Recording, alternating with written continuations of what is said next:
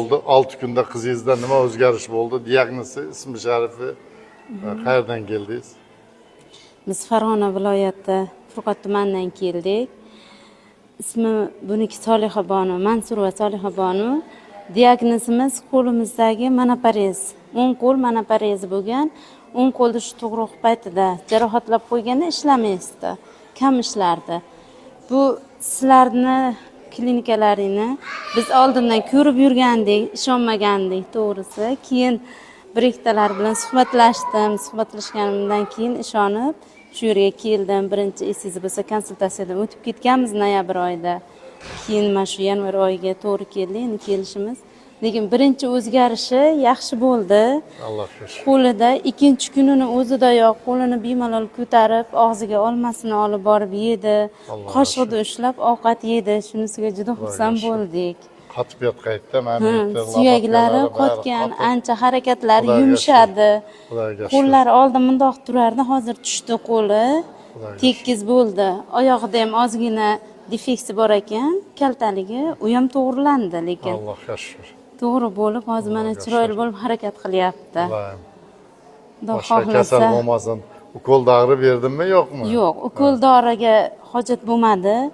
Faqatgina massaj bilan, shu har xil giyoh 3 xil 4 xil massajlaringiz bilan yaxshi bo'ldi. O'zgarishi zo'r. Allohga shukr. Natijasi yaxshi. Allohga shukr. Bitta yurizing endi. Mana. Yurib Qo'ling chir. Voy, malades. Bo'ldi, kevaqa. Voy, malades. Boshqa iloyim kasal bo'lma. Allohim. Mana qara. Xudoga shukr. Qo'ling ko'tarib qo'llaring ko'rsat, qo'llaring ko'rsat. Mana qo'li, mana shu qo'lda edi. Hozir mana bemalol ko'tarib, ancha harakat qilib qoldi. Boshingga qo'yib qo'y qizim. Bunisini ham, ha? Voy, malades. Ancha qo'lini ko'tarib, o'zi harakatlanib, tepaga tortyapti qo'lini. 6 kundagi, Xudoga shukr. Xudoga shukr, Allohga shukr. Allohga shukr, iloyim. Hech qanday yolg'on narsalar yo'q ekan, mana shunchalik kelib, o'zimiz natijani ko'rib ishondik. Iloyim. Qayerlarga olib borgansiz? Qayerlarda tuzatish Biz undan oldin shu 2,5 yil davomida shu yerda Toshkentda Sitimet klinikasida ancha davolandik. U yerda ukol oldik, har xil to'klar oldik, ignalar oldik.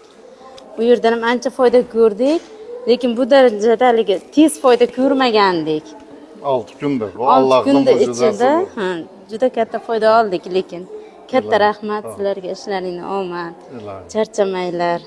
Kasal Mana bo'lmasin. shunday kasal insonlarni ko'plab davolab tuzatib jo'nataveringlar uylariga sog' salomat. Sizam rohatingizni